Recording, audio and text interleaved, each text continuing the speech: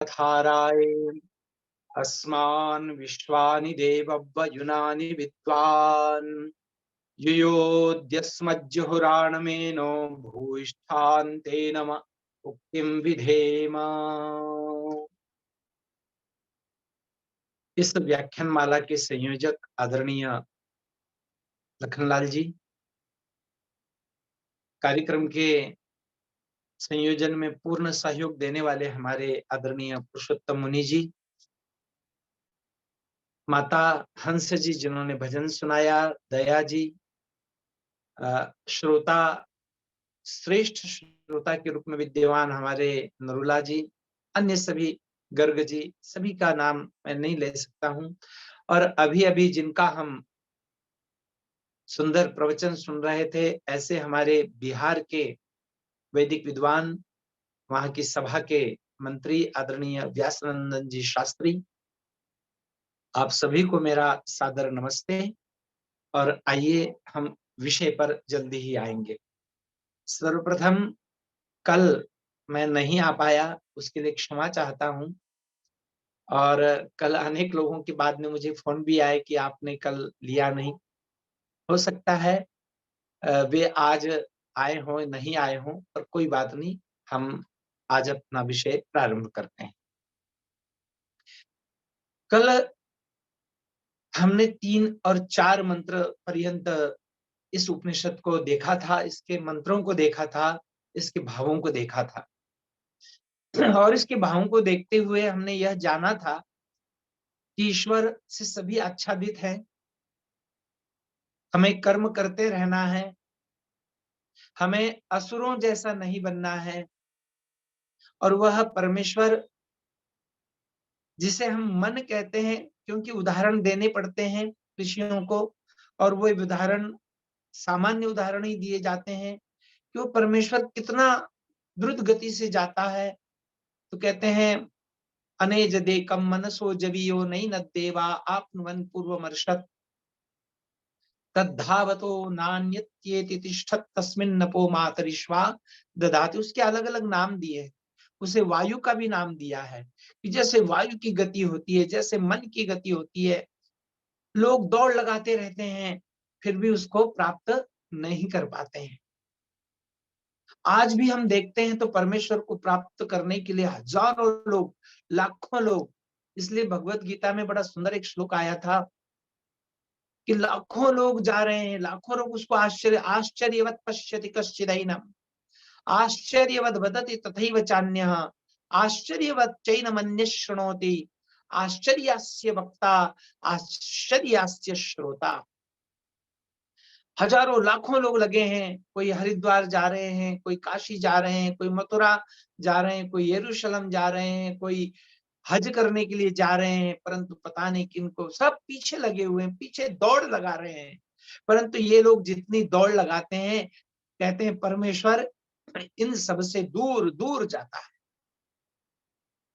सोचते हैं व्यक्ति शायद यहाँ पर होगा, शायद वहां पर होगा, शायद यहाँ पर होगा, परंतु वह उन्हें वहां कहीं भी प्राप्त नहीं हो जाता है। इसलिए अगला मंत्र बड़ा गजब का है। अगला मंत्र कहता है तदेजति तन्नैजति तद्दूरे तदवंतिके तदंतरस्य सर्वस्य तदु सर्वस्यास्य बाह्यतः। परमेश्वर स्वयं कह रहे हैं, इस वेद के मंत्र के माध्यम से कह रहे हैं, क्योंकि यह यजुर्वेद के 40वें अध्याय का भी वही मंत्र है जो ईशोपनिषद का मंत्र है।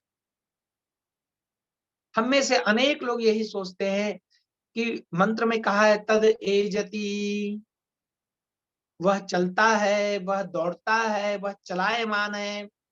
फिर अगली बात में आता है तद न एजति, वह कहीं भी नहीं जाता है। बड़ा बड़ा गजब का अर्थ है।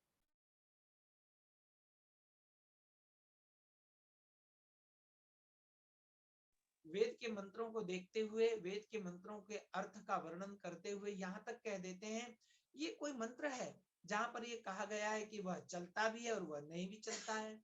ऐसे कैसे हो सकता है? या तो वह चलता नहीं है या तो वह चलता है। तो कुछ लोगों ने अर्थ किए हैं कि परमेश्वर दो प्रकार का है। कुछ लोगों ने किए हैं कि परमेश्वर दो प्रकार का है, एक निर्गुण है और एक सगुण है। सगुण जो है वो चलता है और निर्गुण जो है वो चलता नहीं, और यही गड़बड़ हो जाती है।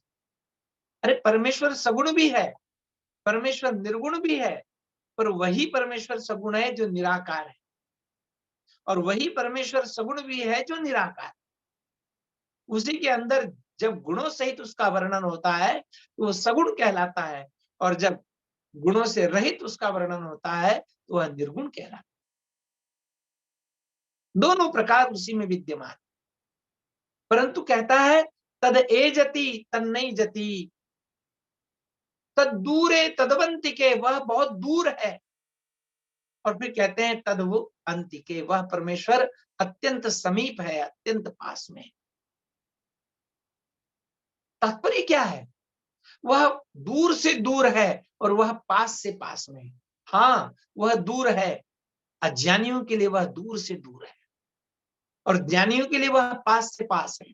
यदि मैं उसे हरिद्वार में ढूंढते बैठूंगा, यदि मैं उसे रामेश्वरम में ढूंढते बैठूंगा, यदि मैं उसे किसी अन्य स्थान पर ढूंढते बैठूंगा, यद्यपि वह हरिद्वार में भी विद्यमान है, यद्यपि वह रामेश्वरम में भी विद्यमान है, यद्यपि वह, जैसे कि हमने पहले ही संकल्प लिया हुआ है कि ईशावास्यमिदं सर्वम, वह तो कण-कण में विद्यमान है।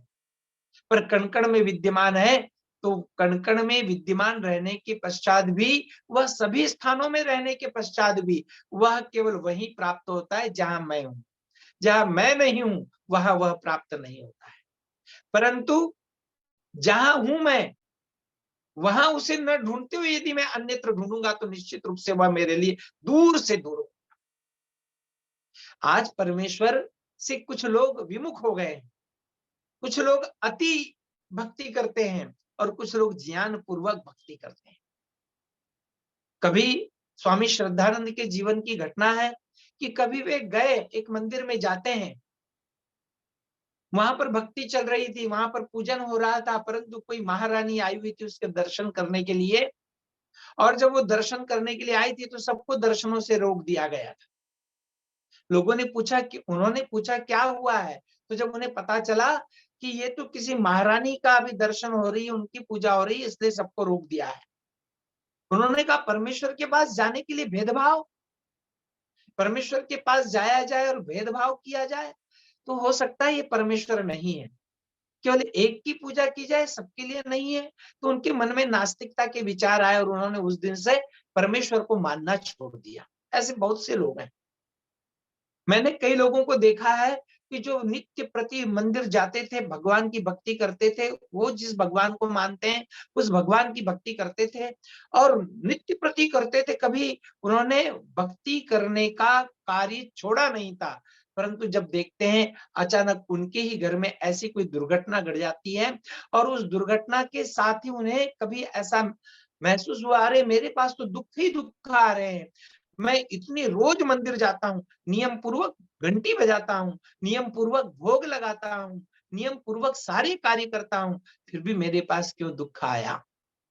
इसका मतलब ये भगवान नहीं है। फिर उसे कोई कहता है नहीं नहीं, तुम जिस भगवान की, अभी एक बड़े अच्छे प्रवचनकार हैं, हम तो अच्छे ही कहेंगे, अच्छा बोलते हैं इसलिए अच्छे प्रवचनकार हैं, मिश्र नाम है उनका, उपनाम मिश्र है, और शिव पुराण की कथा करते हैं और सदा सबको यही बात बताते हैं कि एक बिल्व पत्र ले लो और बिल्व पत्र खा लो, आपकी शुगर समाप्त हो जाएगी, एक लोटा जल डाल दो और आपके सारे कार्य सिद्ध हो जाएंगे।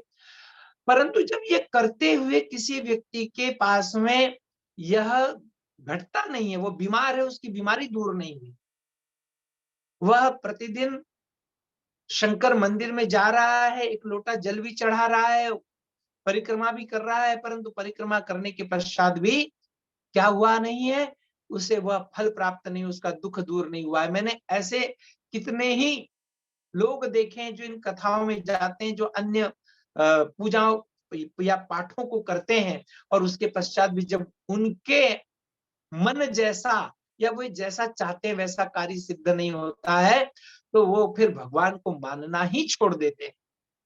तो कुछ लोग ऐसे होते हैं, नास्तिक बन जाते हैं कि जब इससे सिद्ध नहीं हुआ और फिर कुछ लोग ऐसा देखते हैं कि भाई वो प्रतिदिन जाता था, उसके बाद भी क्या मिला उसको, वह ऐसा करता था उसके बाद भी उसे क्या मिला, और वह परमेश्वर से दूर हो जाते हैं, उसको छोड़ देते हैं, वहां से अलग हट जाते हैं। अब देखिए गजब की बात, जब वे अलग हट जाते हैं तो वे सोचते हुए वे ये दोष नहीं देते हैं कि हो सकता है मेरी भक्ति गलत हो, वो ये नहीं देखते कि हो सकता है जिसको मैं परमेश्वर मान रहा हूं वो परमेश्वर नहीं हो, या ये भी हो सकता है कि उसकी जैसी भक्ति करनी चाहिए, जैसी उपासना करनी चाहिए, मैं वैसी उपासना नहीं कर रहा हूँ। वो ये नहीं देखते हैं, वो तो केवल देखते हैं कि उसने कहा था ऐसा-ऐसा करने से ऐसा-ऐसा सिद्ध होता है और वैसा नहीं हुआ, इसलिए मैं इसको छोड़ देता हूँ। और वो नास्तिक बन जाता है, वो परमेश्वर को मानना छोड़ देता है। इसलिए वेद मंत्र यहाँ पर कह रहा है तद्दूरे, वो ऐसे लोगों से दूर ही है। जाना है मुंबई और निकल गया हूँ मैं दिल्ली की गाड़ी में, तो कभी भी मुंबई नहीं पहुंच सकता हूँ। जाना है मुझे कहीं और मैं किसी और मैं मुझे जो है संस्कृत का विद्वान बनना है और मैंने किसी अंग्रेजी के विद्यालय में प्रवेश लिया है और मैं साइंस विज्ञान पढ़ रहा हूँ, मैं गणित पढ़ रहा हूँ, तो मैं कभी भी संस्कृत का विद्वान नहीं बन सकता। यदि मुझे गणित का विद्वान बनना है, यदि मुझे अंग्रेजी का विद्वान बनना है, यदि मुझे भौतिक शास्त्र का विद्वान बनना है और मैं किसी गुरुकुल में जाकर के बैठ गया हूँ, वेद पाठशाला में जाकर के बैठ गया हूँ और वहां जाकर के वेद का अध्ययन कर रहा हूँ और सोच रहा हूँ कि मैं भौतिक शास्त्र का विद्वान बन जाऊंगा, तो ऐसा कभी भी नहीं हो सकता है। ठीक वही बात ये मंत्र कह रहा है, ठीक वही बात यह ऋषि कह रहा है कि तदे जति तन्नई जति। अरे वह तो सर्वव्यापक है, इसलिए उसका चलना क्या, सर्वव्यापक पहले से ही पहुंचा हुआ है, और जो पहले से ही पहुंचा हुआ है उसके लिए एक शब्द का है कि वह तद एजति और तन न एजति, वह चलता भी है और नहीं भी चलता। हाँ, चलता किनके लिए है, अगली बात जो कह रहा है कि तद दूरे तदवंति के, वह ऐसे लोगों के लिए बहुत दूर है। कैसे लोगों के लिए, जो अज्ञानी है, जो वैष्णो देवी जाकर के सोचते हैं मैंने भगवान के दर्शन कर लिए, मैं तृप्त हो गया, जो अमरनाथ की गुफा पर जाकर के सोचते हैं कि मैंने यहाँ दर्शन कर लिए, मैं तृप्त हो गया, अब मेरे लिए बस परमेश्वर का मैंने दर्शन कर लिया। जब वो सोचते हैं कि परमेश्वर का मैंने दर्शन कर लिया और वहां जब दुर्घटना घट जाती है, वहां जब कोई बात बिगड़ जाती है और जैसी बात बिगड़ती है तो सोचते मैं तो भगवान के पास गया था, मेरे साथ ऐसा क्यों। तो कहते हैं तद्दूरे, क्योंकि आपने जो अभी आएगा अगले मंत्र में, मैं इसलिए यहाँ पर उस चर्चा को नहीं छेड़ रहा। अगला जो मंत्र आएगा दो तीसरा या चौथा मंत्र है, और वहां पर जब बात आएगी कि सपर्यगाच्युक्रमकायम अस्नाविरम शुद्धम अपाप, क्योंकि वहां पर सीधी सीधी बात आएगी। अभी तक तो वो बातें बता रहे हैं ऋषि, कह रहे हैं परमेश्वर सर्वव्यापक है, सब में विद्यमान है, कह रहे हैं कि कर्म कर, 100 वर्षों तक जीने की इच्छा कर, कह रहे हैं कि वह मन से भी ज्यादा तीव्र गति वाला है। अभी जो इस मंत्र में बता रहे हैं कि तद्दूरे तदु अंतिके, वह दूर से दूर है, वह पास से पास है, ये सब बातें चल रही हैं, परंतु वो परमेश्वर का शुद्ध स्वरूप अगले मंत्रों में आने वाला है। तो फिर हम आगे चलते हैं, तद्दूरे तदवंतिके तदंतरस्य सर्वस्य तदु सर्वस्यास्य बाह्यता। यदि परमेश्वर कण कण में विद्यमान है तो निश्चित रूप से वह सभी स्थानों में विद्यमान है। वह घर के अंदर भी है, वह शरीर के अंदर भी है, वह शरीर के बाहर भी है, वह टेबल कुर्सी में भी विद्यमान है। अरे कण कण में विद्यमान की बात आती है तो वो सब जगह विद्यमान है। निश्चित रूप से परमेश्वर सभी स्थानों पर विद्यमान है, पर जैसे मैंने कहा वो सभी स्थानों पर विद्यमान रहते हुए भी हमें दिखाई नहीं देगा, हमें समझ में नहीं आएगा। समझ में आने के लिए तो वहीं जाना पड़ेगा जहां मैं हूं, क्योंकि परमेश्वर जड़ के अंदर भी विद्यमान है, पर जड़ के अंदर हम नहीं होने से वह पलंग के अंदर भी है, वह मूर्ति के अंदर भी है, वह पुष्प के अंदर भी है, वह फल के अंदर भी है, वह सबके अंदर है। पर चूंकि फल में यदि मैं नहीं हूं तो मुझे उसके दर्शन कभी कदापि नहीं हो सकते। मैं हृदय में हूं, मैं हृदय रूपी गुहा में स्थित हूं, और रूपी गुहा में जहां मैं स्थित हूं यदि मैं वहीं देखूंगा, जब कुछ लोग पूछते हैं परमेश्वर साकार है कि निराकार, तो हम उनको सीधी बात में एक ही बात पूछता हूँ, मुझे बताओ आप साकार है या निराकार? तो वे कहते हैं हम तो साकार हैं। मैंने कहा बस यही आपकी भूल हो रही है, इसलिए परमेश्वर आपसे दूर हो रहा है। जब हम कहते हैं परमेश्वर साकार है, मैं साकार हूं, तो याद रखिए जब मैं अपने को साकार यदि मानने लग जाऊं तो परमेश्वर को तो फिर अगली बात है। इसलिए पहले कहते हैं कि पहले स्वयं को जानना है, पहले आत्मा को ही जान ले कि आत्मा क्या है। क्या मैं नाक हूं? क्या मैं आंख हूं? क्या मैं कान हूं? क्या मैं हाथ हूं? क्या मैं पैर हूं? क्या मैं पेट हूं? क्या मैं हृदय हूं? मैं ये सब हूं क्या? तो प्रश्न आता है कि नहीं नहीं, मैं ये सब नहीं हूं। जब मैं ये नहीं हूं, मैं आंख भी नहीं हूं, मैं कान भी नहीं हूं, मैं वो कानों का भी कान है, वो नेत्रों का भी नेत्र है, वह जिह्वा का भी जिह्वा है, वह प्राणों का भी प्राण है, तो वह कौन है? हम कभी सोचते नहीं है, हम कभी विचार नहीं करते हैं। हम थोड़ा विचार तो करें कि वह कौन है जो ये शरीर के मरने के पश्चात भी, नष्ट होने के पश्चात भी, जो नष्ट नहीं होता है। जब मैं अभी बोल रहा हूँ, जब मैं अभी हंस रहा हूँ, जब मैं अभी देख रहा हूँ, जब मैं अभी सुन रहा हूँ, तो मैं सुन तो रहा हूँ, पर क्या कान तो केवल मेरी साधन है। मैं कानों से सुन रहा हूँ, पर कोई सुनने वाला अलग है। मैं आंखों से देख रहा हूं, पर कोई देखने वाला अलग है, क्योंकि ये आंखें होते हुए भी कई बार ऐसा हो जाता है, हजारों लोगों को हम देखते हैं कि आंखें होते हुए भी वे आंखों से देख नहीं पा रहे हैं, कान होते हुए भी वे कानों से सुन नहीं पा रहे हैं, जिह्वा होते हुए भी वह जीभ से बोल नहीं पा रहे हैं। इसका सीधा सा अर्थ है जिह्वा बोलती नहीं है, कान सुनते नहीं है, आंखें देखती नहीं है, इनके अंदर कहीं न कहीं कोई दूसरी ऊर्जा बैठी हुई है, जो ये सब कुछ करती है, करवाती है। और वो ऊर्जा का नाम ही आत्म तत्व है, उसी का नाम मैं है, और मैं निराकार है। मैं निराकार हूँ। अब जब मैं निराकार हूँ, तो निराकार वस्तु में ही देखी जा सकती है, साकार वस्तु में देखी नहीं जा सकती। भूल भलैया हो सकता है, इसलिए यहाँ पर कहा है तद्दूर है, वह बहुत दूर है किनके लिए? अज्ञानियों के लिए। जो परमेश्वर को कुछ का कुछ मानते हैं, उनके लिए, जो परमेश्वर को सातवें आसमान पर मानते हैं, उनके लिए, जो परमेश्वर को चौथे आसमान पर मानते हैं, उनके लिए, जो परमेश्वर को क्षीर सागर में मानते हैं, उनके लिए, जो परमेश्वर को वैकुंठ में मानते हैं, उनके लिए, और जो परमेश्वर को कहीं कहीं कहीं कहीं ढूंढते बैठते हैं, उनके लिए परमेश्वर वास्तव में बड़ी दूर है। इसीलिए तो लोग कई बार तीर्थ यात्राओं पर जाते हैं, तो यही सोच के जाते हैं मैं बहुत दूर जा रहा हूँ, और दूर इसलिए जा रहा हूँ। अब तो बड़ा सुंदर उदाहरण हम सब देते हैं, आपने भी सुना होगा कि किसी ने किसी से पूछा कि तू कहाँ जा रहा है? तो कहता है मैं हरिद्वार जा रहा हूँ। किस लिए जा रहा है? भगवान के दर्शन करने जा रहा हूँ। फिर वहां वाले व्यक्ति से पूछा तो कहता है मैं प्रयागराज जा रहा हूँ।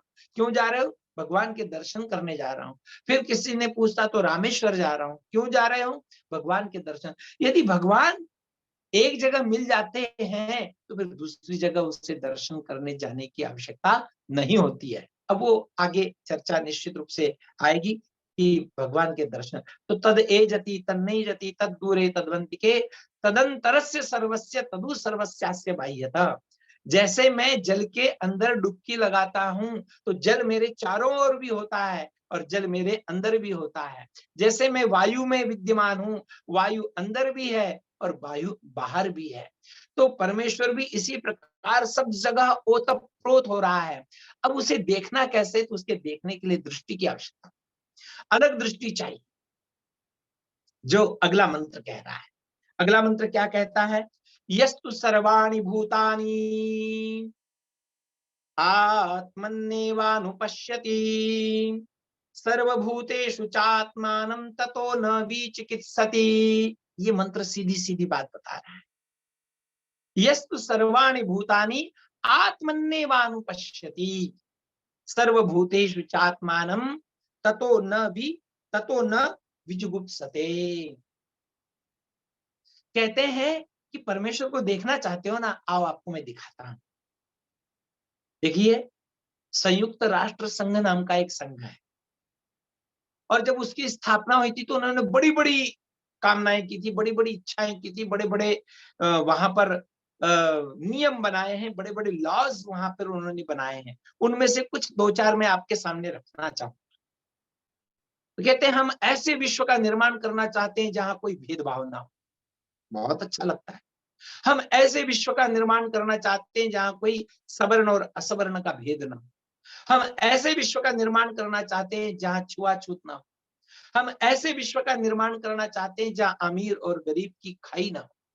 हम ऐसे विश्व का निर्माण करना चाहते हैं जहां समता हो, जहां बंधुता हो, जहां एकता हो, इत्यादि इत्यादि। उन्होंने बहुत सारे नियम अपने बनाए। फिर जब उनसे पूछा गया कि आपने इतने नियम बनाए हैं, आपने बड़े अच्छे नियम बनाए हैं, आज हम जहां भी जाते हैं लोग कहते हैं कि संयुक्त राष्ट्र संघ ने जो नियम बनाए हैं वो बड़े गजब के नियम, और उसी के अनुसार सारे देश चल रहे हैं, मान रहे हैं। पर क्या इससे पहले किसी ने समता की बात नहीं की थी? क्या इससे पहले किसी ने बंधुता की बात नहीं की थी? क्या इससे पहले किसी ने ममता की नहीं बात की थी? की थी। वह इस ईशोपनिषद ने की थी, वह इस वेद ने की थी। और क्या की थी? यस्तु सर्वाणि भूतानि आत्मन्नेवानु पश्यति। कितनी गजब की बात है। यह तू, जो व्यक्ति, सर्वाणि भूतानि, सभी भूतों को, ध्यान देना है। हमारे यहाँ छुआछूत आई, हमारे यहाँ भेदभाव आए, हमारे यहाँ ऊंच नीचता का भाव आया, ये कोई प्रारंभ से नहीं था, ये बहुत बाद में आया। कई लोग हिंदू धर्म के ऊपर, वैदिक धर्म के ऊपर ये टीका करते हैं कि जिस धर्म में मनुष्य को मनुष्य नहीं माना जाता वो कोई धर्म है।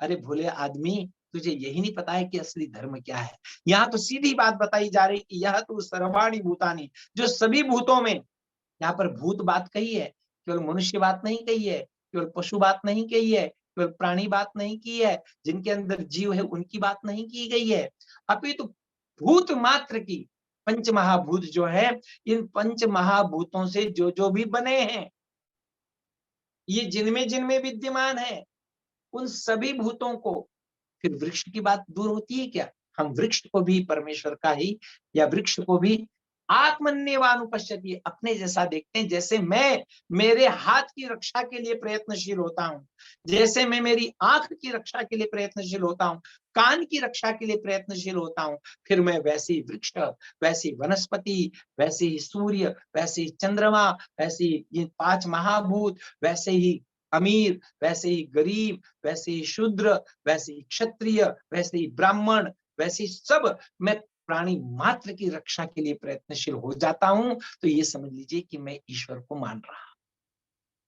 यदि मैं कहीं किसी से ऊंच नीचता का व्यवहार करता हूं, यदि मैं किसी से छुआछूत का व्यवहार करता हूं, तो याद रखिए, इसीलिए तो आर्य समाज की स्थापना हुई थी कि छुआछूत की व्यवस्था जो कुछ लोगों ने बना दी थी मध्यकाल में, वह मिट जाए।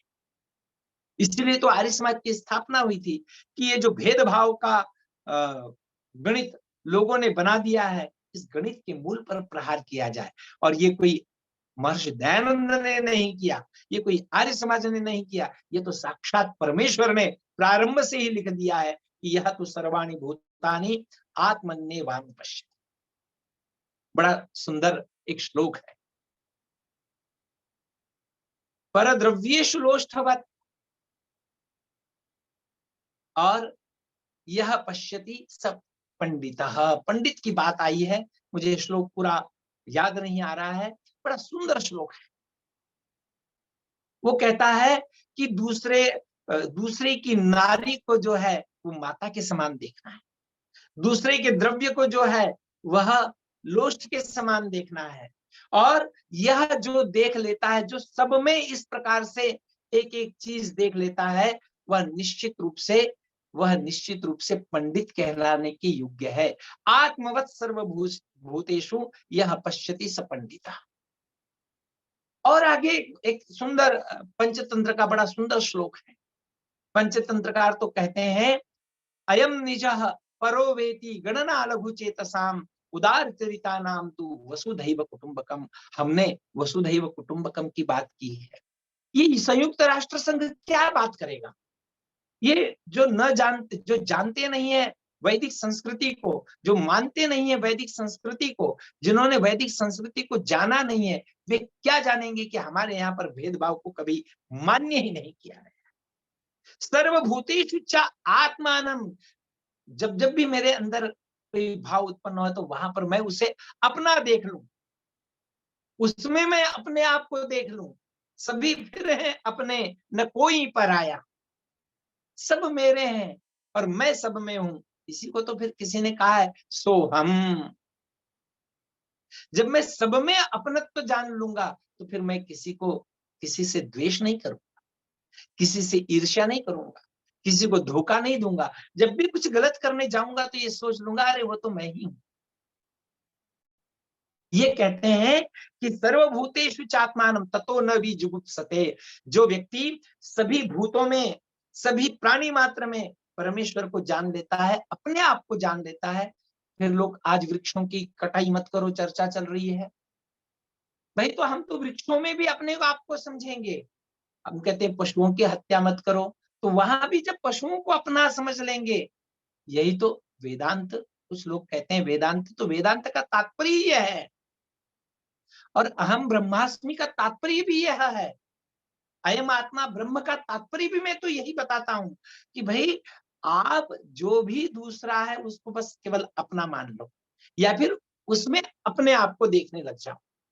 यदि बहुएं सासू माँ में, सासू माँ बहुओं में, पिता पुत्र में, पुत्र पिता में, विद्यार्थी शिक्षक में, श्रोता वक्ता में, वक्ता श्रोता में, सभी जगह सब अपनत्व देखने लग जाए तो मुझे बताइए केवल एक इस मंत्र से, केवल एक इस वेद के मंत्र से, उपनिषद के मंत्र से पूरे संसार में शांति फैलाई जा सकती है।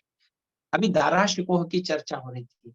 दारा शिकोह क्यों केवल ऐसे ही आसक्त नहीं हुआ था इन उपनिषदों पर, लट्टू नहीं हुआ था इन उपनिषदों पर। ये उपनिषदों पर लट्टू होने के बाद में उनके अंदर ये भाव जगे, सब मेरे हैं, सब अपने हैं, मैं क्यों काट मार करूं। देखिए, जब हम अध्यात्म की चर्चा करते हैं ना, उस समय हम राजनीति की चर्चा नहीं करेंगे, उस समय हम द्वैत की चर्चा नहीं करेंगे, उस समय हम हिंदू और मुसलमान की चर्चा नहीं करेंगे, उस समय हम ईसाई या और अन्य किसी मत पंथ की चर्चा नहीं करेंगे। विशुद्ध रूप से यहाँ पर तो यही बात कही है कि यदि जब मैं सबको अपना मान लूं तो निश्चित रूप से यहाँ पर कोई पराया नहीं होगा, और जब कोई पराया नहीं होगा तो मैं किसी का भी दोहन नहीं करूंगा। अब ये सृष्टि को, इस पृथ्वी को यदि मैं अपनी माँ मान लूं, माता भूमि पुत्रो अहम पृथिव्याम, ये माता मेरी भूमि है और मैं इसका पुत्र हूं। जब मैं ऐसा मान लूं, जब मैं ऐसा समझ लूं, तो मुझे बताइए मैं इस पृथ्वी का भी शोषण करूंगा क्या? यदि एक दुकानदार ऐसा मान ले, आत्मवत् सर्वभूतेषु मान ले, तो वो क्या किसी ग्राहक का शोषण करेगा क्या? यदि शिक्षक ऐसा मान ले तो वो विद्यार्थियों का शोषण करेगा क्या? यदि कोई राजनेता ऐसा मान ले तो वह जनता से भ्रष्टाचार करेगा क्या?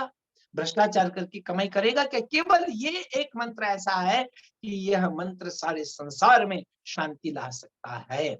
मैं तो कहता हूं यूनेस्को वालों ने भी, संयुक्त राष्ट्र संघ वालों ने भी इस मंत्र को अपना बृहद वाक्य बनाना चाहिए। ये वाक्य है असल में। तो कहते हैं सर्वभूतेषु चात्मानं ततो न विचिकित्सति। अगले मंत्र की ओर जाता हूं।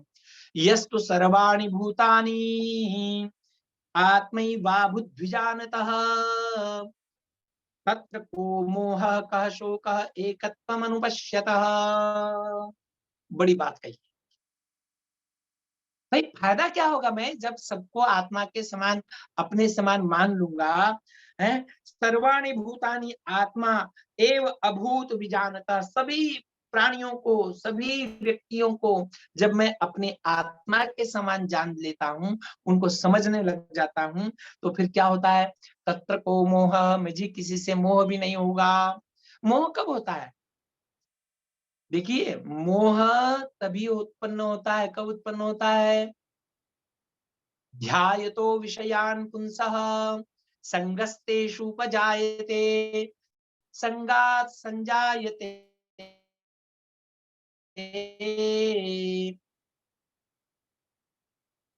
ध्यायतो विषयान् पुंसः संगस्तेषुपजायते, संगात् संजायते कामः, कामात् क्रोधो विजायते, क्रोधात् भवति सम्मोहः, सम्मोहात् स्मृति विभ्रमा, स्मृति भ्रंशात् बुद्धिनाशः और बुद्धिनाशात् प्रणश्यति। ये सब बातें कब होती हैं? मोह क्रोध से उत्पन्न होता है, क्रोध काम से उत्पन्न होता है, काम चिंतन से उत्पन्न होता है। तो ये सारी, चिंतन भी बदलेगा, काम भी बदलेगा, क्रोध भी बदलेगा, तो और मोह आएगा ही नहीं। और जब मोह आएगा नहीं तो फिर क्या आएगा? जो रहेगा वही सुख आएगा। परमेश्वर की प्राप्ति का, परमेश्वर को जानने का, समझने का उपाय ही है। तो कहते हैं तत्र को मोह कह शोकः, मोह उत्पन्न होगा, अर्थात मैं किसी की वस्तु को अपना बनाने की इच्छा नहीं करूंगा। जब उसके पास में है तो भी मेरी ही है। एक व्यक्ति ने पूछा, क्यों भाई, यदि मैं धनवान बन जाऊं तो? इसीलिए तो सभी लोग चाहते हैं ना कि मैं धनवान बन जाऊं तो, मैं रूपवान बन जाऊं तो, मैं गुणवान बन जाऊं तो, मैं बलवान बन जाऊं तो। भाई सब सब नहीं बन सकते हैं, पर बन सकते हैं। कैसे बन सकते हैं? सब सब सब इस मंत्र के माध्यम से सब सब बन सकते हैं। आप किसी विद्वान को देख लीजिए, बहुत कोई अच्छा विद्वान है, कोई कोई किसी गुणवान को देख लीजिए, उसके अंदर गुण ही गुण है, तो उसके गुणों को देख करके लट्टू हो जाइए उसके ऊपर। अरे हमारे आर्य जी, लखनलाल जी आर्य, आर्य रत्न जी, साल हो गए, 1.5 साल होने में जा रहा है, और वे जो है तो सतत प्रवचनों की श्रृंखला चला रहे हैं। तो उनके ऊपर हम लट्टू हो जाए। और देखना, उनके ऊपर लट्टू होने का अर्थ क्या है? वह मैं बन जाऊं। उनके ऊपर लट्टू होने का मतलब उनको पकड़ के नहीं रख लेना है, ध्यान रखना। उनके ऊपर लट्टू होना है आपको, पर कैसे लट्टू होना है? वाह, कितना पुरुषार्थ कर रहे हैं, कितना प्रयत्न कर रहे हैं। सुबह उठते हैं कि चिंतन शुरू, कि अब मैं आज सायंकाल किनका प्रवचन रखूंगा, दूसरे दिन किनका रखूंगा, चौथे दिन किनका रखूंगा। कभी कभी तो 15-15 दिन की तैयारी पहले से कर लेते हैं। अब मुझे बताइए, ये 15 दिन की तैयारी पहले से कर रखते हैं, ये इनका गुण है कि नहीं? और इनकी इस गुण पर लट्टू होना चाहिए कि नहीं? मैं नहीं कर सकता तो मैं दुखी क्यों हूं? मैं ये सोच लूं कि वो मैं ही हूं, वो लखनलाल जी नहीं है, वो लखनलाल जी ही मैं हूं। ऐसा अगर आप बन जाएंगे तो लखनलाल जी से ईर्ष्या भी नहीं होगी। ईर्ष्या क्यों नहीं होगी? क्योंकि वो मैं हूं, तो मैं अपने से ईर्ष्या क्यों करूं? मोह भी नहीं होगा।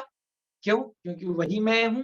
तो मैं जब मोह कब होता है, लोभ कब होता है, ईर्ष्या कब होती है, द्वेष कब होता है? जब मैं अपने से दूसरे को अलग मानता हूं, तभी ये सब चीजें आती हैं।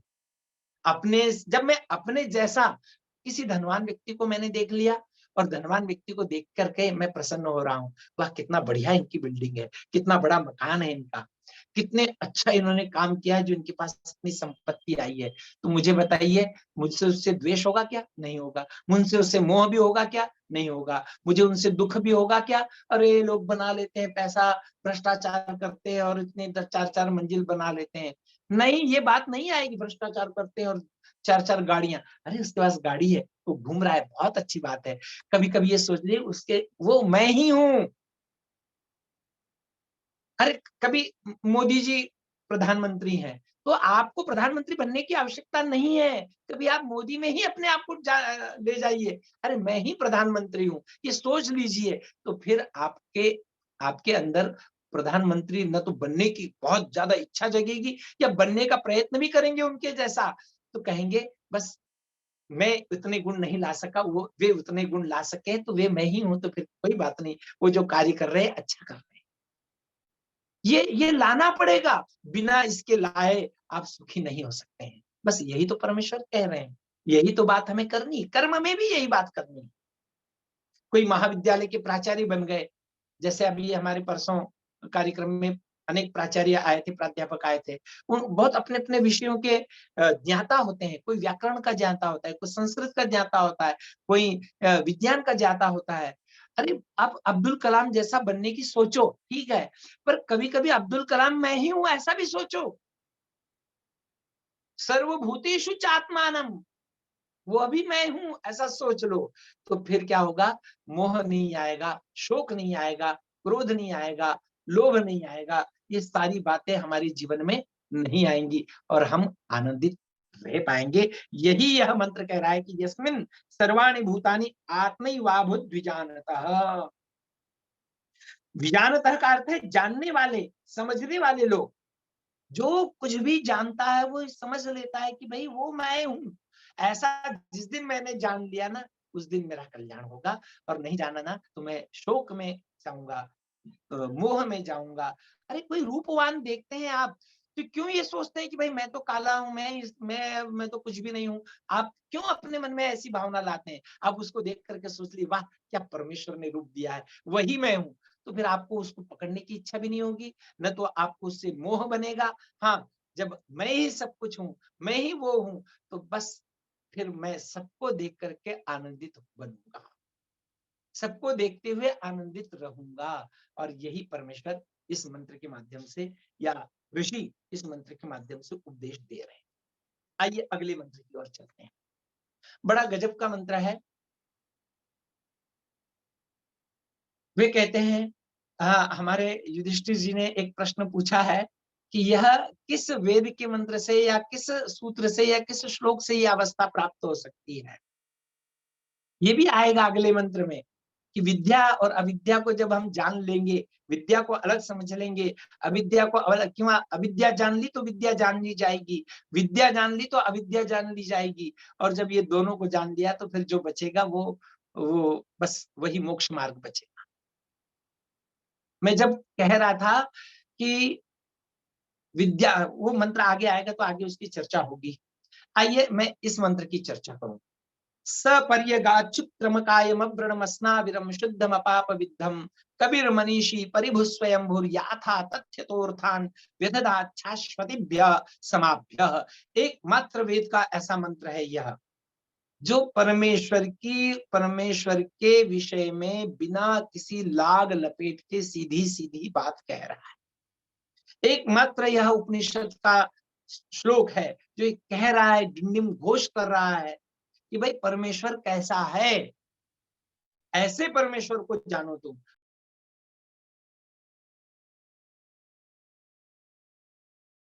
मामला गड़बड़ हो जाएगा, दूसरे परमेश्वर को समझा तो मामला गड़बड़ हो जाएगा। वे क्या कहते हैं, सपरितः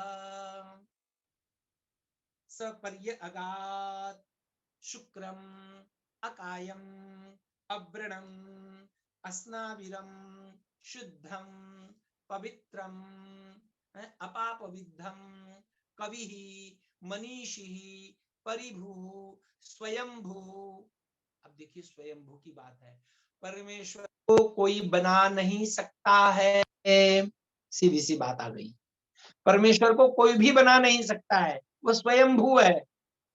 अब आप तो कहेंगे कि हम तो बनाते हैं, लोग बनाते भी हैं परमेश्वर को और फिर उसके अंदर प्राण प्रतिष्ठा कर देते हैं। मुझे बताइए, आप जो प्राणों की प्रतिष्ठा करता है वह बड़ा है, या जो प्राणों की प्रतिष्ठा जिसमें करता है वह बड़ा है? मैं अगर सब लोगों से पूछता हूं भाई आपके अंदर प्राणों की प्रतिष्ठा किसने की है, तो सब लोग कहते हैं परमेश्वर ने की है। और फिर आप कोई मूर्ति बना देते हैं और उस मूर्ति के अंदर प्राणों की प्रतिष्ठा आप करते हैं और कहते हैं मैंने उस मूर्ति के अंदर प्राणों की प्रतिष्ठा कर दी, तो आप बड़े हो गए या परमेश्वर बड़ा हो गया? स्वयंभू, फिर कहीं से कोई मूर्ति निकलती है और लोग उस मूर्ति का नाम दे देते हैं ये स्वयंभू है। याद रखिए, मूर्तियां कभी भी स्वयंभू नहीं होती हैं। जो होती हैं वो भी जल की धार से, वो भी पर्वतों के टकराने के कारण वैसी मूर्तियां बन जाती हैं।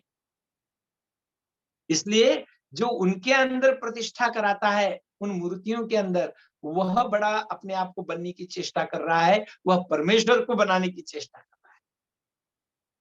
तो आइए चलते हैं, सपर्यगात, कहते हैं परमेश्वर सब और गया हुआ है। वो बात तो प्रारंभ से चल रही है, चराचर में विद्यमान है। फिर कहते हैं शुक्रम, वह देदीप्यमान है।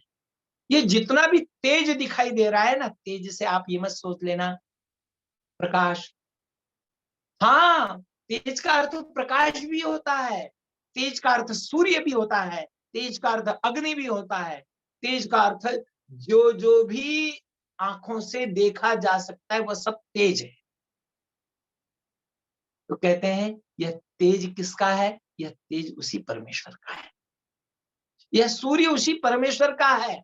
तो कहते हैं शुक्रम अकायम, परमेश्वर शरीर से रहित है।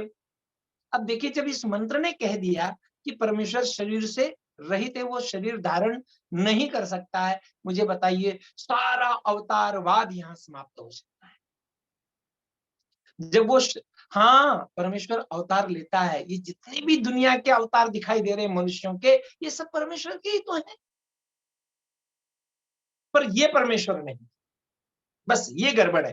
राम भी परमेश्वर के अवतार हैं, जैसे अखिलेश परमेश्वर का अवतार हो सकता है, जैसे लखनलाल जी परमेश्वर के अवतार हो सकते हैं। हम अवतार का दो अर्थ हो, एक तो अवतरण जिसने किया है, कई लोग जन्मदिन की शुभकामनाएं देते हैं तो कहते हैं अवतरण दिन की आपको शुभेच्छा, अवतरण अवतरण दिन की आपको शुभकामनाएं। हम सब अवतरित हुए हैं, इसलिए हम सब अवतार हैं, परंतु हम परमेश्वर नहीं। अकायम, क्योंकि परमेश्वर शरीर से रहित है, न वो पहले कभी जन्म ले सकता है, न वो आज जन्म ले सकता है, और न कभी आगे भी जन्म लेगा। वो जन्म ही नहीं ले सकता, इसलिए तो उसे अजन्मा कहा है। नित्य सर्वगत स्थाणु रचलोयम सनातना, वह अचल है, सनातन है।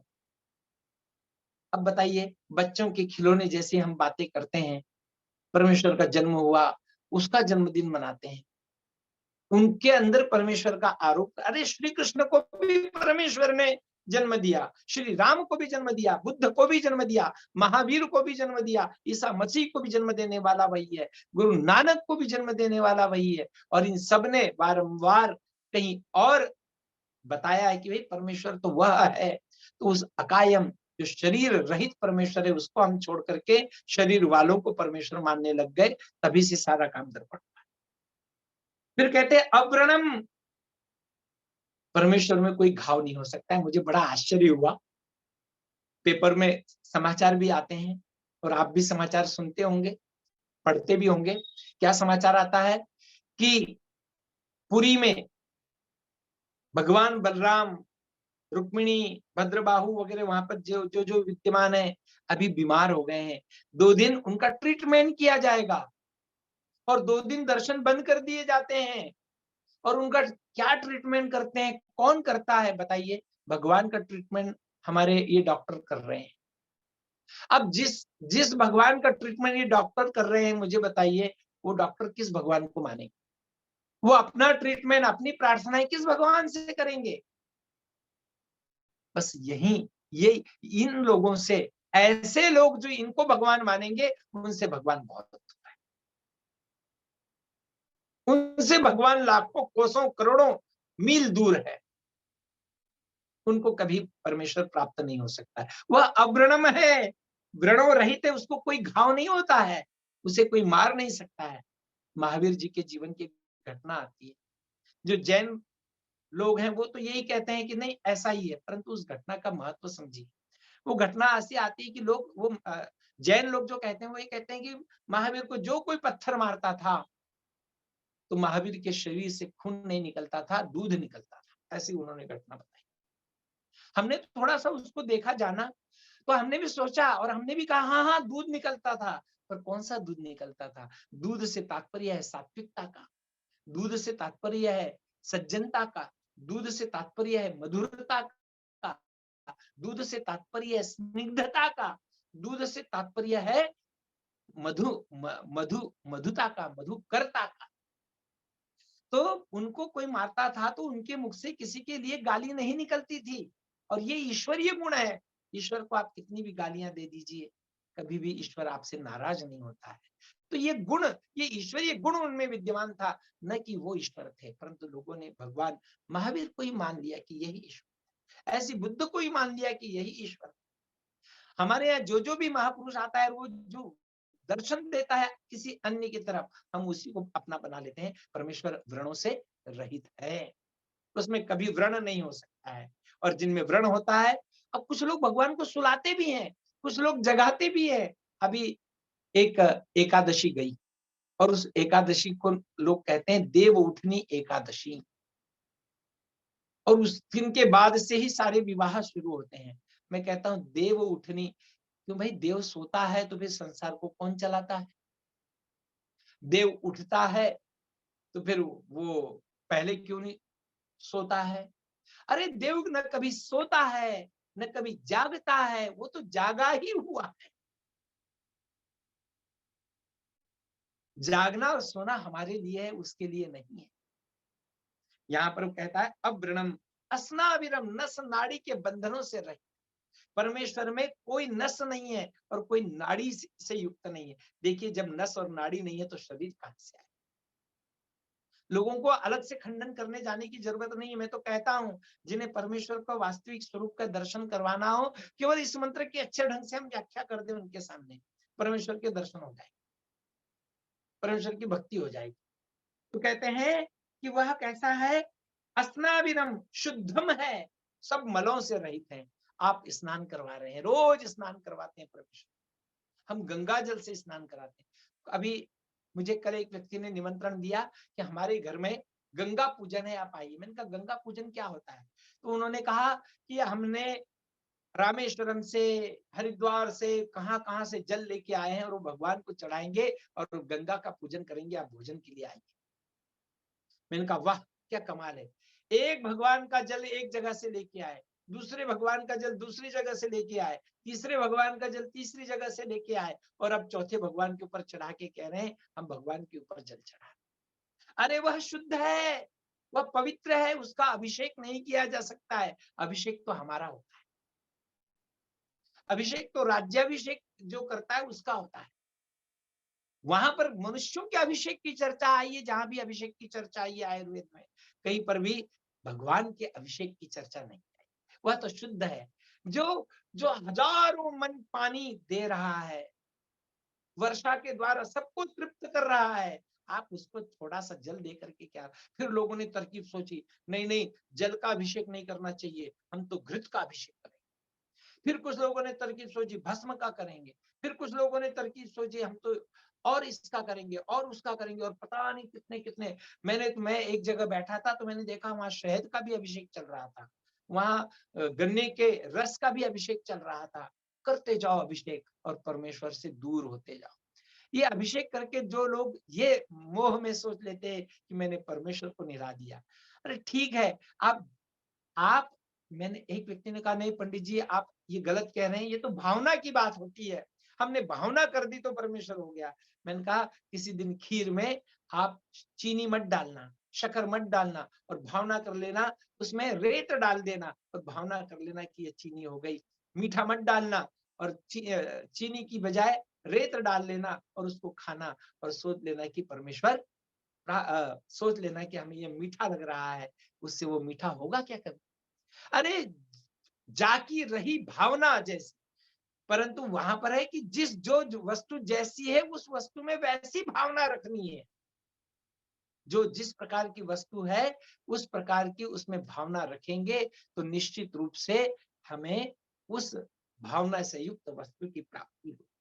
फिर कहते हैं अपाप विद्धम।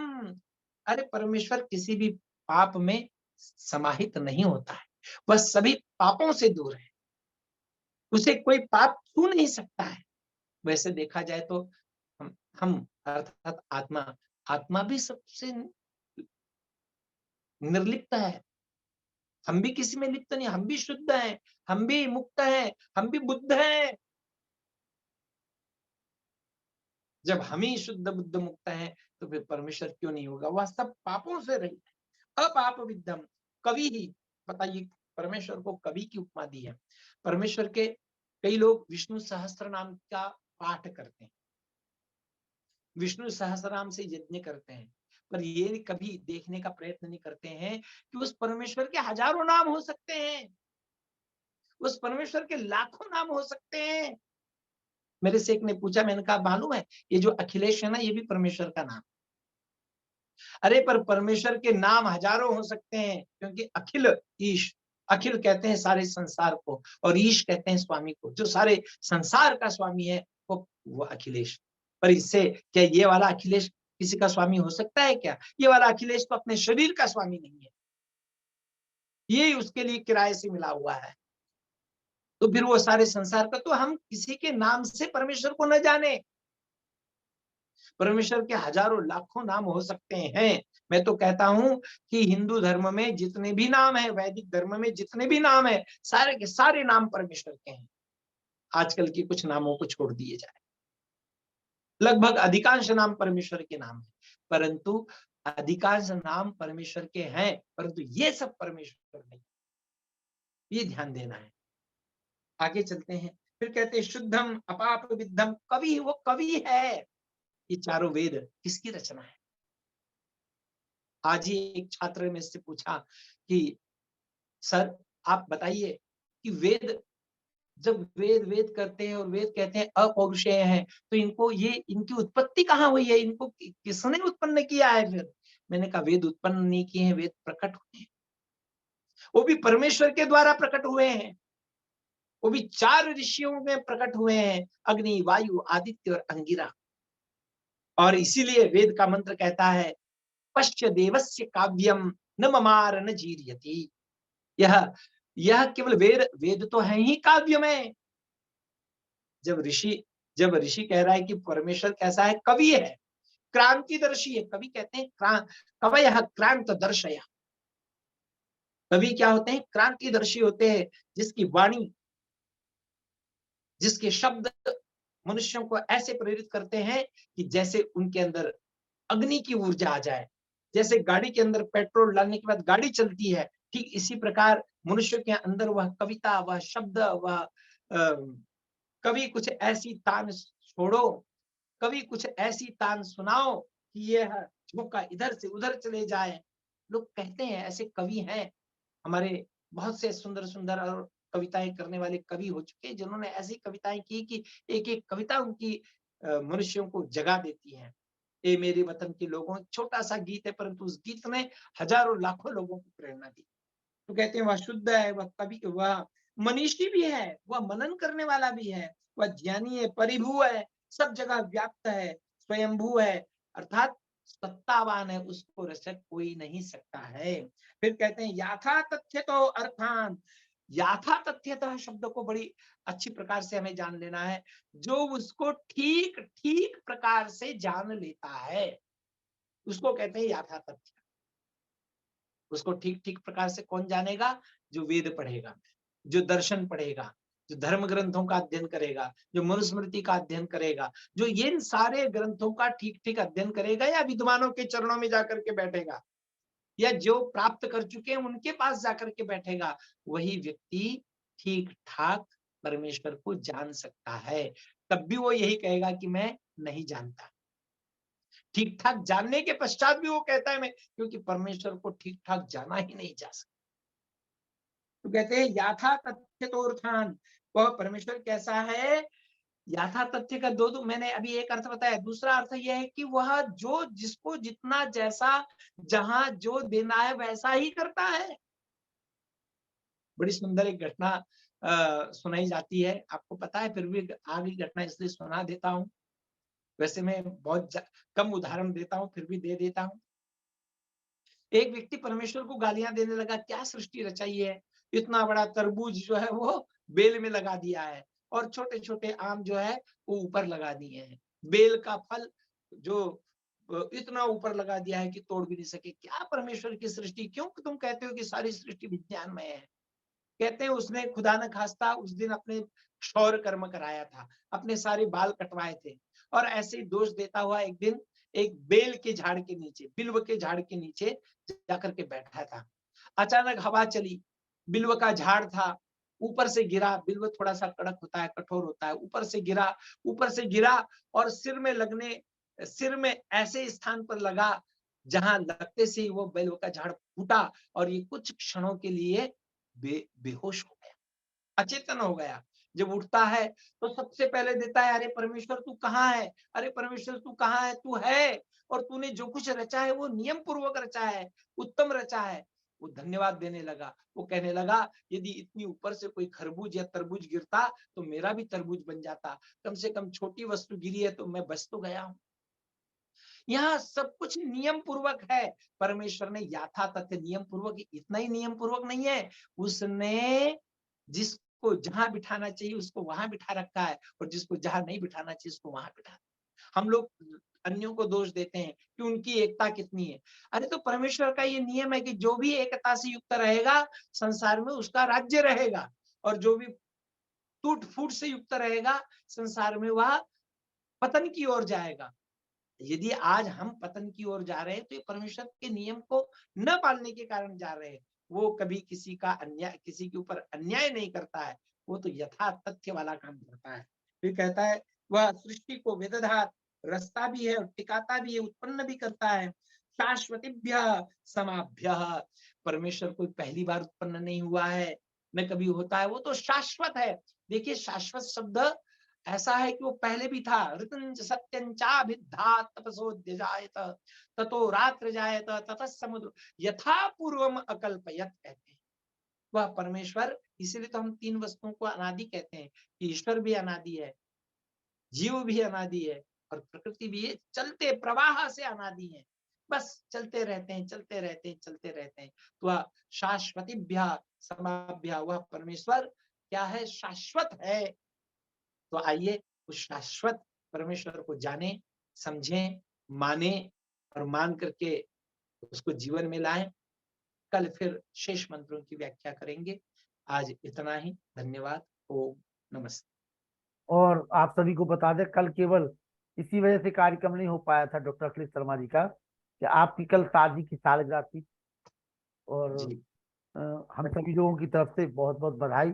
परमात्मा इसी धन्यवाद। प्रकार से आपका गृहस्थ जीवन संचालित करता रहे, और स्वामी अमृतानंद सरस्वती जी के आप सुपुत्र हैं, और जिस प्रकार से अमृतानंद जी महाराज जी इस उम्र में भी अपने वेद प्रचार को समय, अभी तो अस्वस्थ हो गए थे, अब तो स्वस्थ हैं फिलहाल, काम करते रहते हैं। कई बार उनके प्रत्यक्ष दर्शन करने का हमें सौभाग्य प्राप्त हुआ है अमृतानंद सरस्वती महाराज जी की, और आप उन्हीं के सुपुत्र हैं। उन्होंने जो महर्षि दयानंद का कार्य अपने जीवन में किया, उसी को आप भी आगे बढ़ा रहे हैं। राजेश वर्मा जी, आप जुड़े हुए हैं, एसएसपी के ड्राइवर हैं आप पुलिस विभाग में, स्वागत है। 1 घंटे से सुन रहे हैं, कैसा लगा आज आपको? बहुत बहुत धन्यवाद सर। बोलिए राजेश वर्मा जी, कैसा लगा? बहुत अच्छा सर, हम तो जब भी मौका मिलता है जुड़ने की कोशिश करते हैं और सारे विचार सुनते हैं और इसका मनन करते हैं, अपने में उतारने की कोशिश करते हैं। बहुत अच्छा प्रोग्राम है, बहुत अच्छा आज का वक्तव्य रहा, वो आगे भी यही सुनने की इच्छा रखते हैं, बस यही हमारी काम। धन्यवाद राजेश वर्मा जी, ये एसएसपी के ड्राइवर हैं हमारे। निवेदन करेंगे पंडित इंजीनियर संदीप तिवारी जी, बड़े भाई आइए। सम्मानित तिवारी जी। जी आर्या जी नमस्कार, सभी को सादर प्रणाम। जी, वीडियो खोल लीजिए, आपका वीडियो बंद है भाई साहब। ये खुल गया, सभी को बहुत बहुत नमस्कार। नमस्ते, आइए बड़े भाई आइए। कैसा लगा? अभी सुना आपने, केवल एक ही मंत्र की व्याख्या दी थी, सुनी आपने आखिरी में ना। बहुत बहुत ही शानदार कार्यक्रम आप चला रहे हैं जी और एक नई नई जानकारियां आम लोगों को भी प्राप्त हो रही हैं इससे। और जो अभी शर्मा जी ने बताया है वेदों की उत्पत्ति और उसके बारे में, जी ये कई लोग इससे अनजान हैं। जी और वास्तव में आपका ये जो है जूम का मीटिंग का प्रोग्राम एक नई नई जानकारियां उपलब्ध करा रहा है, और आप ऐसे ही जो है आर्यावर्त की जो है जानकारियां लोगों को दिलाती रहें, ताकि फिर से भारत एक आर्यावर्त देश बन जाए। बिल्कुल भाई साहब, आपका आशीर्वाद बना रहे तो ललितपुर से जो ज्ञान की गंगा यहाँ से जो अनवरत रूप से पिछले 2 वर्षों से प्रवाहित हो रही है, आगे भी बढ़ती रहेगी, बहती रहेगी, और हम सभी लोग मिलकर के कृवंत विश्वमार्यम का जो हमारा नारा है वेदों का, आओ हम सभी मिलकर के संपूर्ण विश्व को आर बनाए, उसको चरितार्थ करेंगे। हम सभी लोगों की ऐसी कामना है, आपका आशीर्वाद बना रहे। और कल हम चाहेंगे कि आपका पूरा समय मिले। डॉक्टर राकेश आर जी जो बहुत अच्छे राष्ट्रवादी इतिहासकार है, वो कल आ रहे आपके गृह जनपद में, तो बिल्कुल बिल्कुल आप पूरा समय दीजिए। आप रहेंगे तो हमारा मनोबल बढ़ा रहेगा वहां पर, और कुछ नहीं। बिल्कुल बिल्कुल हम रहेंगे वहां पे। चलिए, स्वागत है तिवारी जी आपका। जी आइए प्रेम सचदेवा जी। जी जय हो। सभी को सादर नमस्ते। नमस्ते सर। जय भाई, और जी, अखिलेश जी के लिए एक छोटी सी प्रार्थना है कि मेरी शंका तो नहीं है, लेकिन थोड़ा सा एक्सप्लेनेशन अगर हो जाए, अगर सुन रहे हैं मेरी बात को। हाँ सुन रहे हैं, तो बोलिए। हाँ, तो ऐसा है कि आत्मा जो है उसमें ईश्वर ओतप्रोत हैं, और आत्मा स्वयं जो है बहुत ही परिमाण में सूक्ष्म है, और ईश्वर उससे भी सूक्ष्म है। तो जब आत्मा में स्वयं ही होनी चाहिए कि ईश्वर मेरे अंदर विद्यमान है, जब हमने शब्द प्रमाण से सुन लिया कि ईश्वर विद्यमान है हमारे अंदर, तो वो हमारे लिए प्रमाण काफी है ये जानने के लिए, और हमें अनुभूति से होने, इस पे प्रकाश डालें तो अच्छा रहेगा। धन्यवाद। शर्मा जी प्रश्न समझ में आया कि नहीं? जी, मध्य मध्य में कट रहा था, हाँ जी, हाँ जी पर फिर भी थोड़ी सी मुझे भावना समझ में आई है जी। कि ईश्वर हम में विद्यमान है, और हम भी निराकार हैं, ईश्वर भी निराकार है। तो उसको कैसे समझें और कैसे उसको जानें? तो इसके लिए सबसे पहले प्रकृति को जानना होता है। अब वो थोड़ा सा और लंबा विषय हो जाएगा, हम प्रकृति को पहले जानें, क्योंकि बिना प्रकृति को जाने आत्मा को नहीं जान पाएंगे।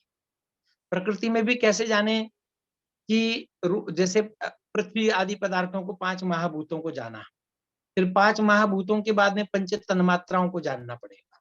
पंच तन्मात्राओं के बाद में जैसे सत्व रजस्तम को जानना पड़ेगा, और जैसे सत्व रजस्तम ये प्रकृति में है और अत्यंत सूक्ष्म है, तो पहले प्रकृति को एक एक को समझे हम। यदि मैं अभी आपसे या किसी से भी पूछता हूँ या चर्चा करता हूँ कि मुझे बताइए कि आप पृथ्वी को देख रहे हैं या नहीं देख रहे हैं, तो कुछ लोग कहते हैं हाँ हम पृथ्वी को देख रहे हैं, क्योंकि पृथ्वी सामने उन्हें दिखाई देती है। परंतु पृथ्वी का गुण है गंध। पृथ्वी का गुण क्या है? गंध। अब आपको पहले पृथ्वी को अनुभव करने के लिए गंध का अनुभव करना पड़ेगा। जहां जहां गंध है वहां वहां पृथ्वी है, गंधवती पृथ्वी। जहां जहां शब्द है वहां वहां आकाश है, आकाश को जानना पड़ेगा। तो पहले हम इन चीजों को एक एक इस 5 महाभूतों को जाने, और जैसे ही हमने ये 5 महाभूतों को एक एक करके जाना और इनकी सूक्ष्मता को जाना, तो जैसे ये इनकी सूक्ष्मता को जानेंगे वैसे धीरे धीरे आत्मा के, मैं आपको बताने के लिए ऐसा बता सकता हूं कि जैसे अग्नि का गोला है या लोहे का गोला है। लोहे का गोला गर्म होता है तो अग्निमय हो जाता है। आप उसमें से अग्नि अलग नहीं कर सकते हो और लोहे का गोला अलग नहीं कर सकते हो। पर वो कब होता है? जब वो पूरा तपता है। वो कब होता है? जब वो पूरा अग्नि के बीच में जाता है। ठीक इसी प्रकार से आत्मा और परमात्मा एक दूसरे में विद्यमान है। अग्नि और लोहे के गोले के समान, पर अलग अलग भी हैं। अग्नि और लोहे का गोला जैसे अलग अलग है, वैसे वो दोनों अलग अलग भी हैं। और जैसे वो गर्म होने के बाद, तप्त होने के बाद एक रूप हो जाते हैं, वैसे हम एक ही है। परंतु एक होने के पश्चात भी अलग अलग है, हमारा अस्तित्व अलग अलग है, और अलग अलग होने के पश्चात भी एक है। ये एक सामान्य उत्तर हो गया, परंतु उसके लिए प्रक्रिया मात्र लंबी अपनानी पड़े। जी, और कुछ इसमें है तो पूछ। जी युद्धवीर जी बोलिए, क्या बोल रहे हैं? युद्धवीर जी पूछिए। बहुत अच्छा लगा जी। सभी को नमस्ते।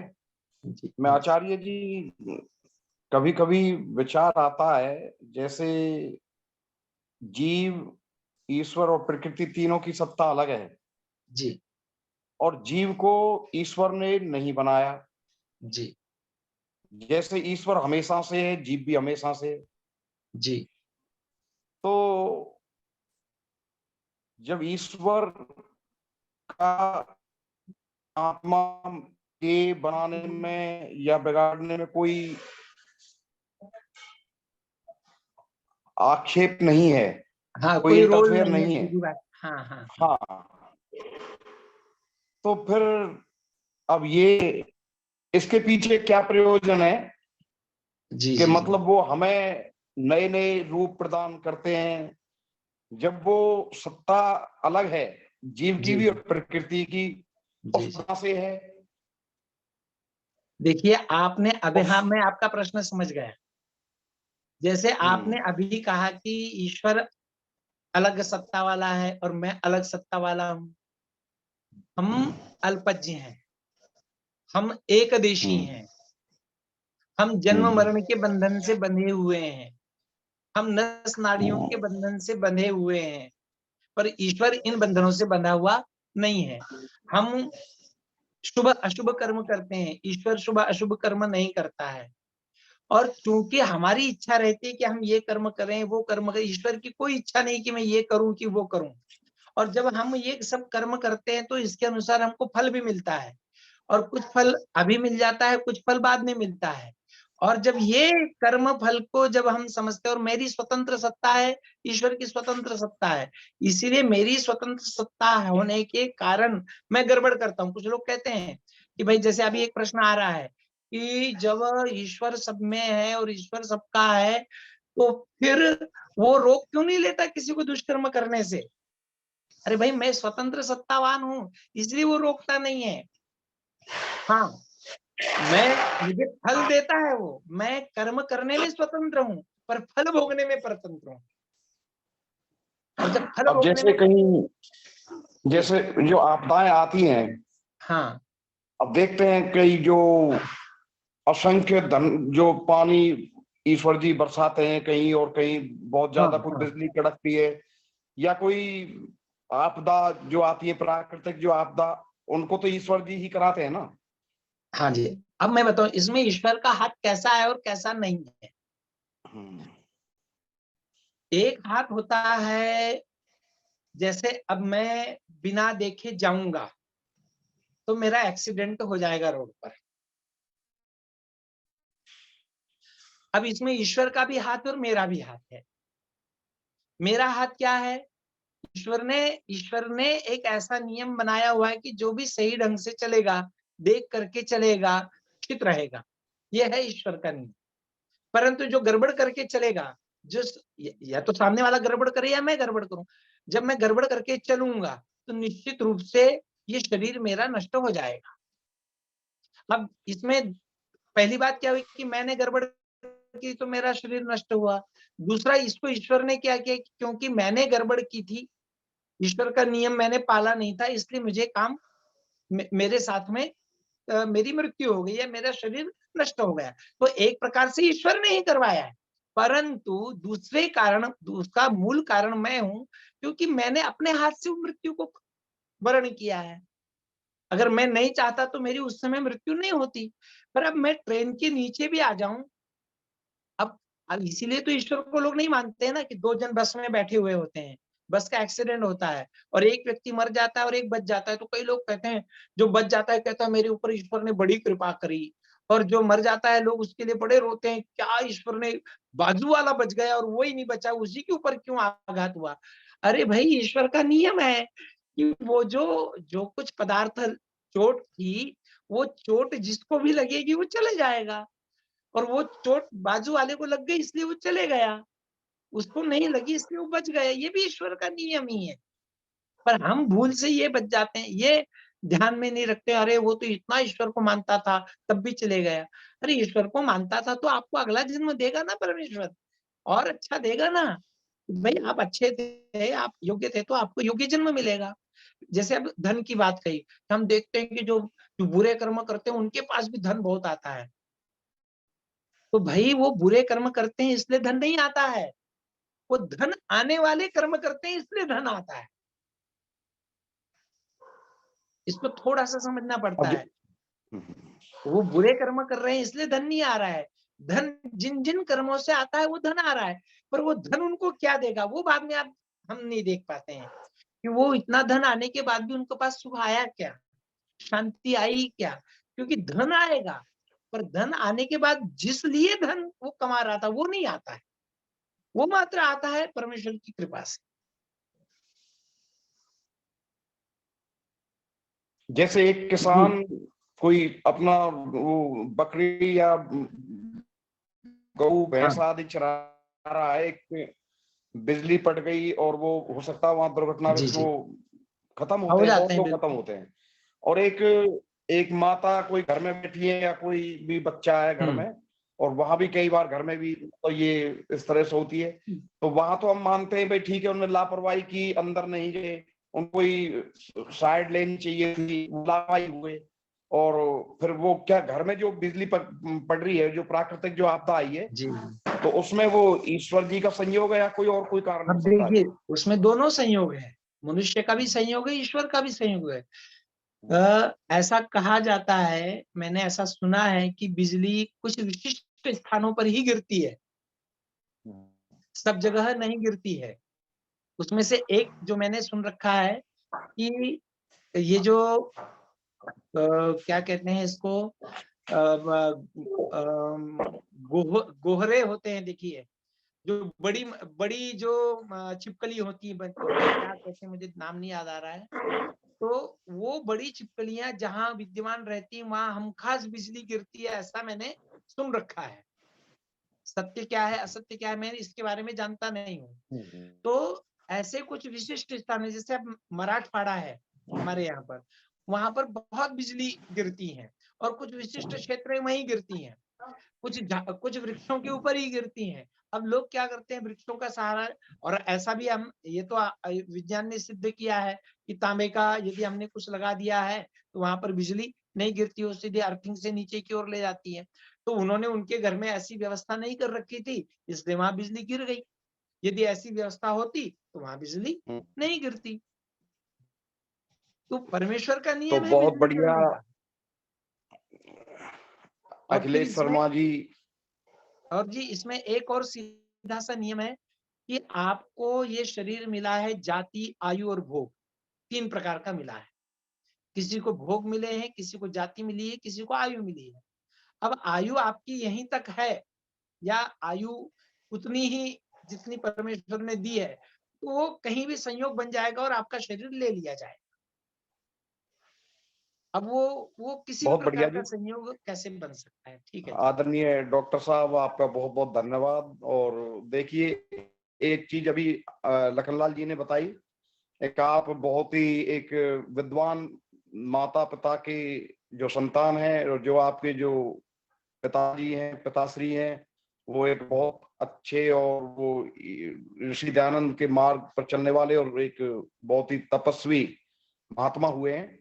तो आपके लिए विशेष धन्यवाद। और ये हमारे जो आचार्य जी हैं लखनलाल जी, जी शिक्षक हैं, उनका जी विशेषकर धन्यवाद। क्यों, आप जैसे जो विद्वानों को जो ढूंढ करके लाते हैं और हमें बहुत ही सरलता से उपलब्ध कराते हैं। हमने पहले भी आपके व्याख्यान सुने थे, और जी ये जी जो व्याख्यान, जो मेरी जो शंकाएं थी, इस पर जी एक दिन बीच में आपका भी सहयोग मिला था। हमारे मुंबई से एक बहुत उच्च स्तर के विद्वान और बहन जी हैं प्रीति, जो उनकी जी जी धर्मपत्नी है। तो इस जी विषय पर एक दिन चर्चा हुई थी। एक भाई मान लो बस में वो सफर कर रहे थे, तो उनके जो साइड वाला वो खत्म हो गया था, और उनको जो हमारे आचार्य जी थे पंडित जी, उनको कम चोट लगी थी, लेकिन वो आज किसी का कोई सुरक्षित है। और प्रश्न हो, किसी का कोई तो और प्रश्न हो तो उन्हें बहुत पूछ बहुत लीजिए धन्यवाद आपको। जी। नमस्ते जी। नमस्ते। और किसी का कोई प्रश्न हो मन में, पूछ लीजिए। चलिए, मैं निवेदन करूंगा, पंडितों के महापंडित डॉक्टर व्यासनंदन शास्त्री जी बिहार, आइए पंडित जी। बहुत धन्यवाद। अभी सम्माननीय डॉक्टर अखिलेश शर्मा जी, जलगांव महाराष्ट्र के विद्वान जी ने बहुत ही सुंदर ईशोपनिषद पर और उनके मंत्रों पर विवेचना की। खास करके कुर्वन्नेवेह कर्माणि असूर्यानाम ते लोका अंधेन तमसावृताः अने तदे जतिकम, उसके पहले जो चौथा मंत्र है उस पर भी चर्चा हुई। तदे जति तन्ने जति पर भी चर्चा हुई। और यस्तु सर्वाणि भूतानि यस्मिन्नेव यस्मिन् तु सर्वाणि भूतानि इत्यादि इत्यादि। और अंत में 8वां मंत्र पर विश्लेषण पूर्ण रूप से लेते लेते बड़ा ही सुंदर विचार श्रवण करते हुए हम लोगों ने लाभ प्राप्त किया, जिसमें स्पष्ट रूप से परमात्मा के गुणों का विवेचन, ये परमात्मा के स्वरूप का विवेचन इस उपनिषद में पाया जा रहा है। खास करके इसका जो 8वां मंत्र है और उसके पहले जो 2 मंत्र हैं, बड़ा ही दार्शनिक विचार को लेकर के आया है, जिसमें मातृवत परदारेषु प्रद्रव्येषु लोष्ठवत् आत्मवत् सर्वभूतेषु यह पश्यति स पंडितः। इस श्लोक के अंदर जो भाव हैं, उस भाव को यहाँ पर द्योतित किया गया है और इतना विस्तार दिया गया है कि व्यक्ति अपने आत्मा के समान संपूर्ण भूत अर्थात प्राणी जगत को देखता है। पंचभूतों से बना हुआ जो कुछ भी है इस जगत के अंदर, उसमें अपने आप को देखता है। यह जो एकत्व का भाव है, निसंदेह अध्यात्म की सबसे ऊंची चोटी पर बैठने का अवसर इन मंत्रों में हमें प्राप्त होता है। और इन मंत्रों के भावों को जो व्यक्ति जीवन में धारण कर लेता है, उसके अंदर ईर्ष्या द्वेष नहीं हो सकता। काम क्रोध लोभ मोह मद मत्सर ये दुर्गुण आ ही नहीं सकते और अंतरात्मा के अंदर ये भाव नहीं पनप सकते। निसंदेह ये समानता का भाव पैदा करने वाला जो मंत्र आया हुआ है, जिसमें सपरेगा शुक्रम कायम व्रणम स्नाविरग्वं शुद्धं अपाप विद्धम कबीर मनीषी परिभु स्वयंभू याथा तथ्योर्थान व्यादधि शाश्वतिभ्यः समाभ्यः। ये सब मंत्र इतने महत्वपूर्ण हैं कि आज इन मंत्रों को समझ लेने के बाद व्यक्ति भटक नहीं सकता। आज इसलिए दुनिया भटकती है कि उन्हें उपनिषद का ज्ञान नहीं है, ईश्वर के स्वरूप का ज्ञान नहीं है। महर्षि देवदयान जी महाराज ने इन सारी उपनिषदों के सार को लेकर के वेदों को पूर्ण रूप से गहनता के साथ विचार करके अपनी तपश्चर्या के अंदर उसे अनुभव करके साधना में डूब करके समाधि में जा करके जो उन्होंने इस तथ्य को पाया था, और इसी तथ्य को पाने के बाद उन्होंने ईश्वर के अनेक नामों की विवेचना आर्य समाज के द्वितीय नियम में कर दी है, जिसमें स्पष्ट उन्होंने कहा है ईश्वर सच्चिदानंद स्वरूप निराकार सर्वशक्तिमान न्यायकारी दयालु अजन्मा अनंत निर्विकार अनादि अनुपम सर्वाधार सर्वेश्वर सर्वव्यापक सर्वांतरयामी अजर अमर अभय नित्य पवित्र और सृष्टि करता है। उसी की उपासना करने योग्य है। अगर आर्य समाज के द्वितीय नियम को भी जो व्यक्ति समझ लेते हैं, उसका सांगोपांग विवेचन इन मंत्रों में आया हुआ है। हम कर्म करें तो बिल्कुल निष्काम भाव से भी करें। गीता के सारे बाद में आए उपदेश उपनिषद क्या है, वो सभी आज की जो गीता की चर्चा है वस्तुतः उपनिषद का मूल भाव को लेकर के चर्चा है। और गीता के बारे में जो लोग अलग से ग्रंथ की चर्चा करते हैं, वस्तुतः आइए मुनि जी आवाज व्यक्त करिए, तभी का शांति पाठ करें। यदि हम डूबते हैं, निस्संदेह इन विचारों के साथ हमारा एकीकरण होता है और सर्व उपनिषदो गावो दोग्धा गोपाल नंदना पार्थो वत्स सुधीर भोक्ता दुग्धं गीता महत्। ये उपनिषद रूपी गौ को योगीराज कृष्ण ने दूहने का काम किया है और बछड़े का काम अर्जुन ने किया था, और जो दूध निकला वह मानव मात्र के लिए कल्याणकारी हो जाता है। उपनिषद के ये सारे मंत्र, इस उपनिषद के मंत्र जो यजुर्वेद के 40वें अध्याय का मंत्र है, यदि व्यक्ति इस पर गहनता से चिंतन करके जीवन में उतार ले, वह भटक नहीं सकता। उसके अंदर इतनी सद्भावना, इतना एकीकरण और व्यापकता के भाव आ जाएंगे, वह व्यक्ति। मुनि जी शांति पाठ कराइए। उत्पन्न करेगा, नहीं सकता। इसलिए अद्भुत सारे मंत्रों की विवेचना आचार्य जी ने की है। बहुत बहुत आभार, बहुत बहुत धन्यवाद आचार्य जी को, जिन्होंने इन बातों को हमारे बीच प्रस्तुत किया है। निस्संदेह जो लोग कहते हैं कि यजुर्वेद केवल कर्मकांड का विषय है मूलतः कर्मकांड का विषय, लेकिन उनका अंतिम अध्याय धन्यवाद बिल्कुल आचार्य जी, थोड़ा समय भी दे धन्यवाद। ओम ईशावाक्यमिदं सर्वं यत्किंच जगत्याम जगत तेन त्यक्तेन भुंजिथा मागधा कर्ष सुधनम।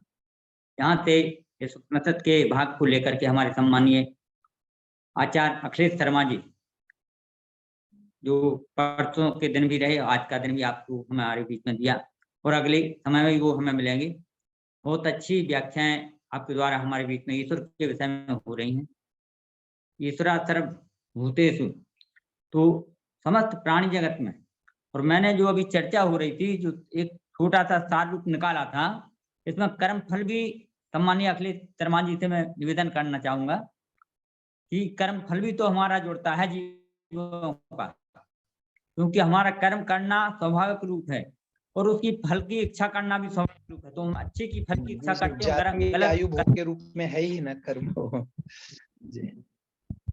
तो मैं सभी सम्मानीय हमारे अभी जो सुन रहे थे सम्मानीय व्यासनंदन साहब और हमारे जितने भी श्रोता है, हमारे चंद्रशेखर शर्मा जी, चंद्रकांता जी, अनिल नरूला जी, युद्धवीर जी या वेद प्रकाश जी, सभी प्रेम सचदेवा जी, मैं सभी के लिए सादर नमस्ते करते हुए, और आज हमारे बीच में अभी शांति पाठ के लिए बालक भी आ गया है। मैं चाहूंगा, मैं सभी का हृदय से आभार व्यक्त करता हूँ, स्वागत करता हूँ, और आप अगले दिन के लिए भी इसी प्रकार से जो कि उत्साह वो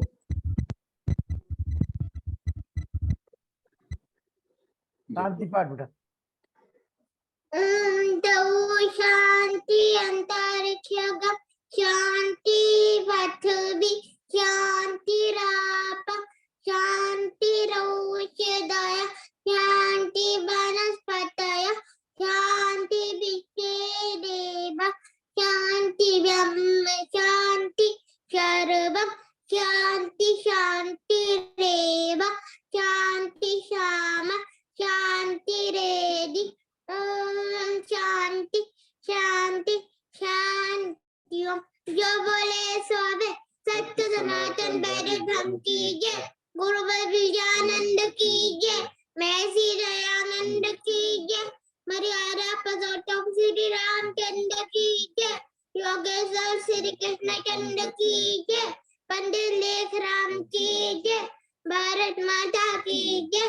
गौ माता की रक्षा और पालन हो। आर्य समाज अमर रहे। वेद की ज्योति जलती रहे। ओम का झंडा ऊंचा रहे।